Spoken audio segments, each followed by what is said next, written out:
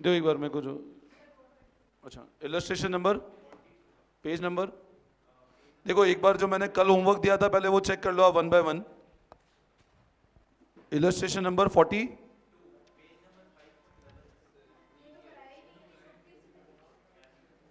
Illustration number 42,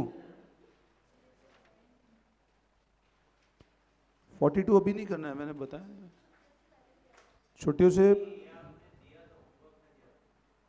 अच्छा बताओ।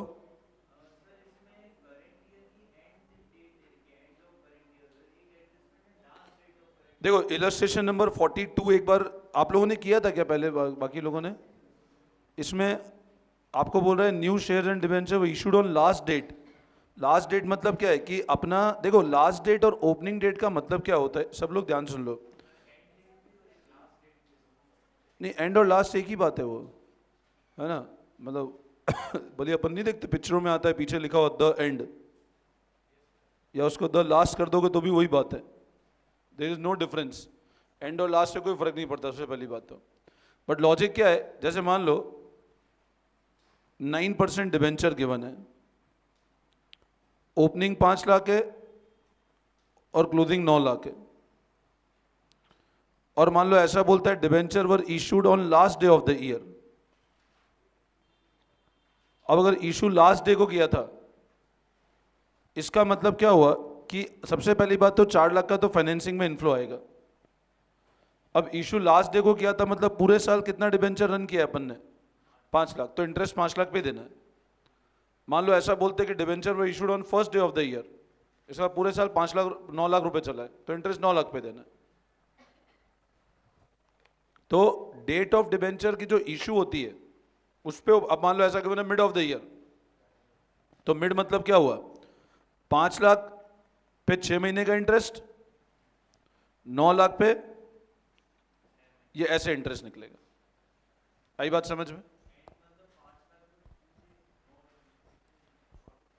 And हो तो मतलब पूरे साल कितना चला है अपना, आपने last day of issue, and पे इशू किया, तो ये जो 4 लाख का इशू है वो लास्ट डे पे हुआ है, तो उसमें तो इंटरेस्ट देंगे नहीं अपन, तो इंटरेस्ट 5 लाख पे देना है। मान लो ऐसा बोले बिगनिंग में इशू कर दिया, तो मतलब पूरे साल 9 लाख चला तो 9 लाख पे इंटरेस्ट देना है, ये मतलब हुआ इसका, है ना? बोलो आई बात समझ में? इसके बाद अच्छा, कल जो क्वेश्चन दिया उसमें कोई दिक्कत? क्लियर है? एक बार मैं पूरा रिकैप करता हूं जितना अपन ने कैश फ्लो के अंदर पढ़ा है, एक बार सब लोग ध्यान से समझना। देखो कैश फ्लो स्टेटमेंट में जो अभी तक मैंने पढ़ाया था, मैंने आपको यह बताया था कैश फ्लो स्टेटमेंट क्या है, it is statement of inflow and outflow. किसका? कैश और कैश इक्विवेलेंट का। कैश फ्लो स्टेटमेंट बनता है एज पर AS3। ये 3 फॉर्मेट में बनता है, ऑपरेटिंग एक्टिविटी, इन्वेस्टिंग और फाइनेंसिंग एक्टिविटी। ऑपरेटिंग के अंदर 2 ऐड होते हैं, डायरेक्ट मेथड होता है, इनडायरेक्ट मेथड होता है। इन्वेस्टिंग फाइनेंसिंग मैंने डिटेल में आपको पढ़ाया था। जब मैं ऑपरेटिंग के अंदर इनडायरेक्ट मेथड की बात करता हूं तो हमेशा ध्यान रखना, हम लोग कैश फ्लो स्टेटमेंट जो स्टार्ट करते हैं वो स्टार्ट करते हैं नेट प्रॉफिट से, और पहला फिगर जो होता है वो होता है net profit before tax and extra ordinary item. Cash flow statement का स्टार्टिंग होता है नेट प्रॉफिट बिफोर टैक्स और एक्स्ट्रा ऑर्डिनरी आइटम से। उसमें हम लोग ऐड क्या करते हैं, सबसे पहले सारे अप्रोप्रिएशन नेचर के आइटम। जैसे ये ध्यान रखना, ऑपरेटिंग के अंदर ये अपना स्टार्टिंग पॉइंट है, और अगर आपने स्टार्ट किया है एज पर बैलेंस शीट, तो बैलेंस शीट मतलब क्या होता है, क्लोजिंग माइनस ओपनिंग। अब यहां से हमको यहां पर जाना है, और जब यहां से यहां पर जाना है तो पहला एडजस्टमेंट जो हम करते हैं, जनरल रिजर्व में ट्रांसफर किया, वर्कमैन कंपनसेशन रिजर्व में ट्रांसफर, या कोई भी और रिजर्व में को ट्रांसफर किया, वो ऐड करेंगे। डिविडेंड प्रपोज हो या इंटरिम हो, प्रपोज मतलब फाइनल, वो ऐड करेंगे। और इंटरिम डिविडेंड को फाइनेंसिंग में क्या बताएंगे, आउटफ्लो। डिविडेंड पेड को क्या बताएंगे, आउटफ्लो। अच्छा, यहां पर एक चीज हमेशा ध्यान रखना, जब भी हम लोग डिविडेंड की बात करते हैं, डिविडेंड के अंदर प्रपोज मतलब हुआ फाइनल, इंटरिम मतलब हुआ साल के बीच में। तो जब मैं फाइनल डिविडेंड की बात करता हूं वो होता है साल के एंड पे हो रहा है, और इंटरिम मतलब होता है साल के बीच में पे हो रहा है। प्रपोज डिविडेंड का करंट ईयर का कोई एडजस्टमेंट नहीं करना है आपको, आपको एडजस्टमेंट करना है हमेशा प्रीवियस ईयर का। इंटरिम डिविडेंड जितना पे किया उतना ऐड करोगे और फाइनेंसिंग में आउटफ्लो बता दोगे आप। तो इंटरिम डिविडेंड को ऐड करना है और फाइनेंसिंग में दोबारा क्या बता देना है, आउटफ्लो बता देना है। उसके बाद डिविडेंड हो गया, रिजर्व हो गया। एक्स्ट्रा ऑर्डिनरी आइटम को अगर डेबिट कर दिया तो ऐड कर दो, एक्स्ट्रा ऑर्डिनरी आइटम अगर क्रेडिट कर दिया तो लेस कर दो। ये वाला कंसेप्ट मैं अभी समझा दूंगा आपको वापस डिटेल में ना। टैक्स का एडजस्टमेंट मैंने बताया था, प्रोविजन फॉर टैक्स, उसके अंदर मैंने आपको 3 केसेस बताए थे। अपन ऐड कौन सा करते हैं, प्रोविजन फॉर टैक्स प्रोवाइडेड या प्रोविजन फॉर टैक्स, इसको अपन ऐड करते हैं। और जितना अपन ने टैक्स पे किया उसको ऑपरेटिंग में से अपन आउटफ्लो में बता देते हैं। ये कंसेप्ट अपन लोगों ने अभी तक डिस्कस किया है। और ऑपरेटिंग में स्टार्टिंग पॉइंट होता है नेट प्रॉफिट बिफोर टैक्स। यहां तक कोई डाउट? हाँ हाँ, नहीं, पर्पस टैक्स कैलकुलेशन निकालना नहीं, पर्पस कैश फ्लो निकालना है। टैक्स कैलकुलेशन ऑपरेटिंग में नहीं निकालते हैं अपन लोग। नहीं, टैक्स से पहले से चालू तो वो कंपनी एक्ट का फॉर्मेट है, ठीक है। वो क्या अपने कंपनी एक्ट को पकड़ना पड़ेगा, ऐसा फॉर्मेट क्यों बना दिया तुम लोगों ने, है ना। उसका भी लॉजिक है, वो आगे आपको समझ में आएगा। बट अभी आप एक बार अभी फॉर्मेट को तुम लोग थोड़ा सा एक बार, मतलब फॉर्मेट में बोलूंगा, अभी आप फॉर्मेट को याद कर लो, बट एडलेस का लॉजिक समझ लो। बट वो फॉर्मेट ऐसा क्यों है वो आपको अब आगे समझ आएगा जब आप सी इंटर लेवल पे जाओगे, जब एएस बहुत डिटेल में पढ़ोगे कि ये फॉर्मेट क्यों, उसका भी लॉजिक है कि फॉर्मेट ऐसा क्यों है उसके अंदर, ठीक है ना। But net profit before tax पे आने का एक ही पर्पज है कि अप्रूव, क्योंकि इसके पहले जो भी आइटम है ना वो सबका नेचर चार्ज वाला आइटम है।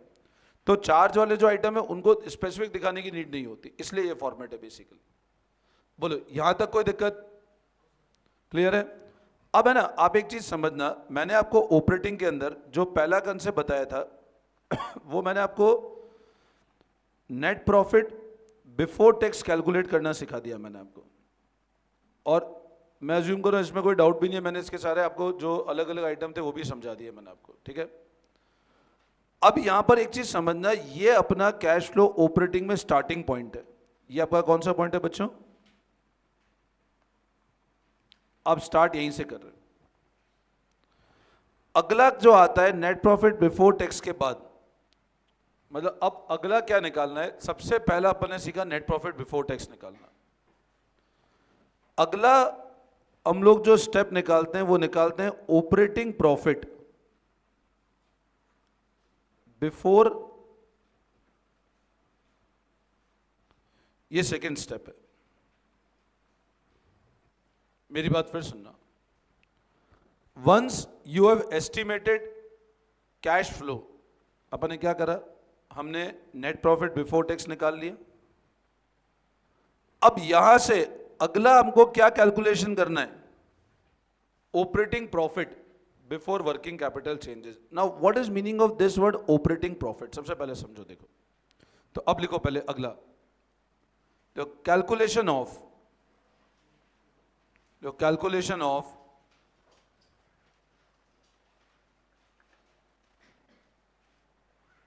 देखो calculation of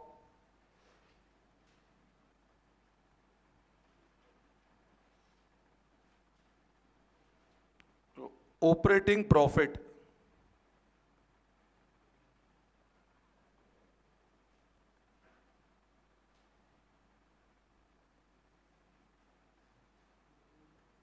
before working capital changes. Calculation of operating profit before working capital changes.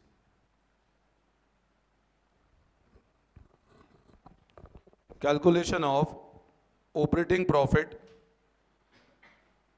before working capital changes. Now अब बताए यहां पर एक वर्ड समझो, what is meaning of word operating profit? What do you mean operating profit? अब क्या होता है देखो समझना ध्यान से।